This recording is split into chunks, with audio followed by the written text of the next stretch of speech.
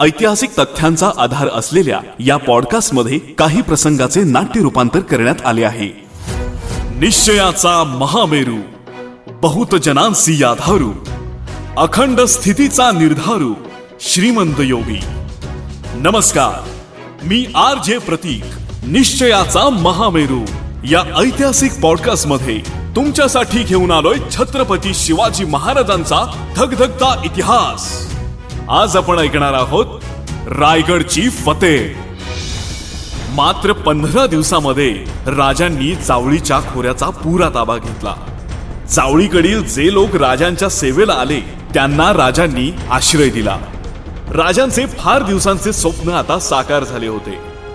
सोनगड, चांभारगड, चंद्रगड, मकरंदगड तटबंदीने सुरक्षित असलेला जावळी मुलूक राजे बघत होते। घनदाट रानाने मुलखाची सुरक्षितता वाढवली होती। अशीच पाहणी करत असताना जावळी शेजारी असलेल्या भोरप्या डोंगराकडे राजांचे लक्ष गेले। मोरोपंत पिंगळे यांना राजांनी बोलावले। म्हणाले, मोरोपंत, तुम्हाला गडाची माहिती आहे असं आम्ही ऐकलेलं आहे। या भोरप्या डोंगरावर तुम्ही मजबूत किल्ला बांधा। असा किल्ला बांधा की कोणत्याही प्रसंगी आम्हाला या गडाची आठवण व्हावी। ती जबाबदारी तुमची। राजांनी दिलेली ही जबाबदारी मोरोपंतांनी निष्ठेने उचलली। ते म्हणाले, बेशक महाराज, आपल्या आज्ञेप्रमाणे गड तयार करू। महाराजांच्या दुरांदेशीची ही कमाल म्हटली पाहिजे। राजे म्हणाले, कमाल कसली महाराज? कुणीही जावळी काबीज केली असती तर ही कल्पना सुचली नसती। बाजूला मकरंद, चांभार, कांगोरी, सोनगड यांसारखे टेहळे व बंदिस्त गड असता हा नवीन गड बांधायचं काय कारण? राजे कौतुकाने म्हणाले, पंत तुम्हीच सांगा। पंत म्हणाले, आपण हा मुलूक पाहिला, या भागाचं महत्व आपण जाणलं आणि म्हणूनच चारी बाजूंनी राखणीचे गड ठेवून मधला भोरप्या आपण निवडला।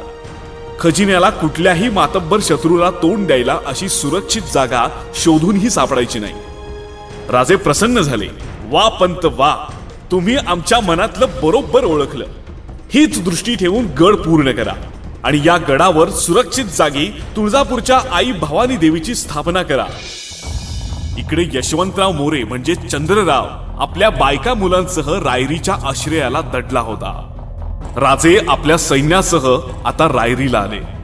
रायरी म्हणजे आकाशाला भिडलेला गड। रायरीला राजांच्या सैन्याचा वेढा पडला।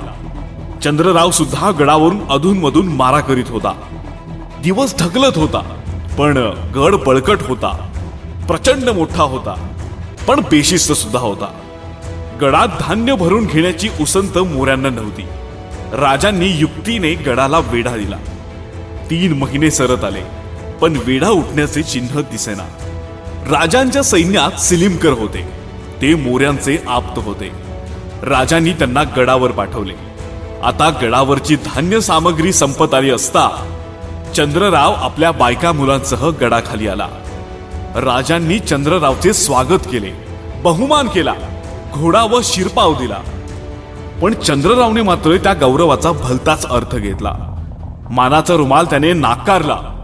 शिवाजी राजांनीही चंद्ररावचे अधिकार काढून घेऊन गडाखाली चंद्ररावला ठेवून राजे गड पाहायला गेले।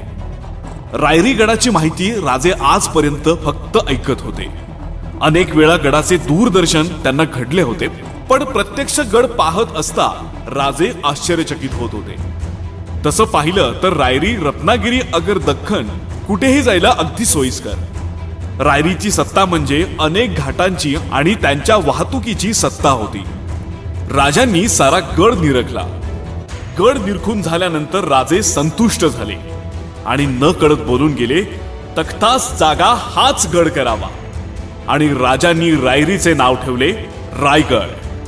तोवर चंद्रराव पळून गेल्याची खबर राजांना कान्होजींकडून समजली। राजांनी जाब विचारताच कान्होजी म्हणाले, आपण गडावर गेलात आणि मोऱ्यांना फितलेल्यांनी घोडी दिली, पाठलाग केला, चंद्रराव सापडले, पण प्रतापराव पळून गेले।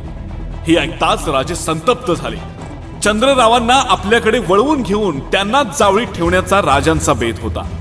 राजे संतापून म्हणाले, चंद्ररावांना हजर करा। जेर बंद केलेले चंद्रराव राजांच्या समोर आणले गेले। चंद्ररावांकडे तुच्छतेने पाहत राजे म्हणाले, चंद्रराव कुठं पळून जायची तयारी केली होती? चंद्रराव हसला आणि म्हणाला, जिथं तू नाहीस अशा कोणत्याही ठिकाणी जायची तयारी आहे माझी.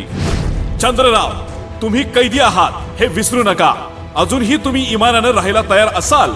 तोवर चंद्रराव म्हणाला, इमान? आणि तुझ्याशी? लढाईत हरलो म्हणून जागा विसरलो नाही मी. सिंह भुकेला झाला म्हणून गवत खाणार नाही. पिढीचा चंद्रराव खिताब मिरवणारे मोरे भिक्षेचं अन्न खात नसतात आणि तुझ्यासारख्याकडून तर मुळीच नाही. राजांच्या नेत्रांना एक वेगळीच धार आली. आपली नजर चंद्रराववर रोखीत राजे कडाडले.